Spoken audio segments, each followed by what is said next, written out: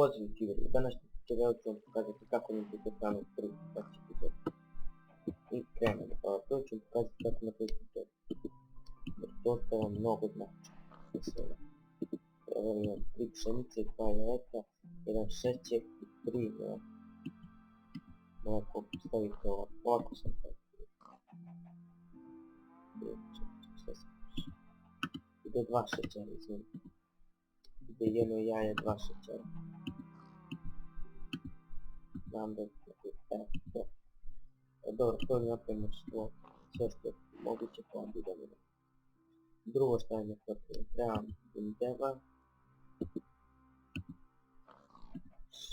šećer i 1 jaje. Ili napravimo pitu bundeva. Nije bitno kako možete staviti ovako. Vidite, nije bitno, mada je ovo koliko stavimo ovako. Pitu bundeva.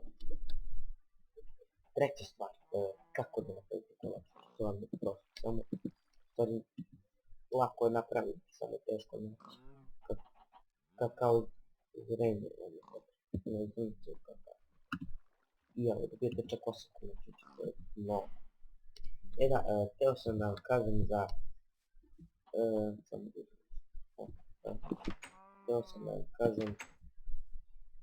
za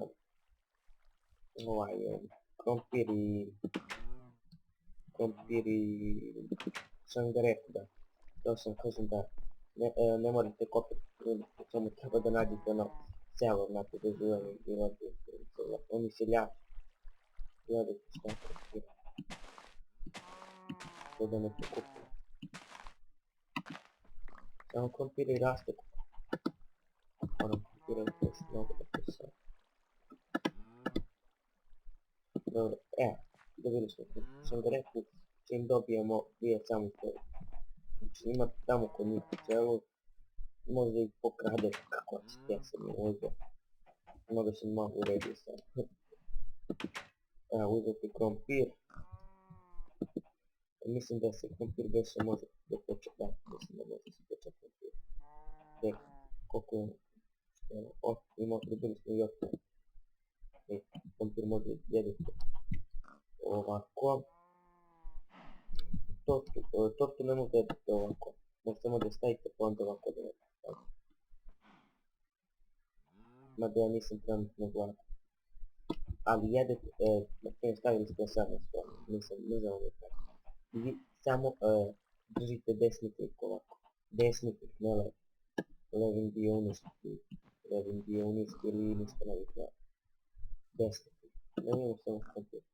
Dobili smo pekarski krompir. Možda jedete ovako. Samo što ja sam gledao pun snajper. Yes. To bi bilo to što se tiče ovog tutoriala. Izvinite ako me malo slabije čujete, malo sam pomukao.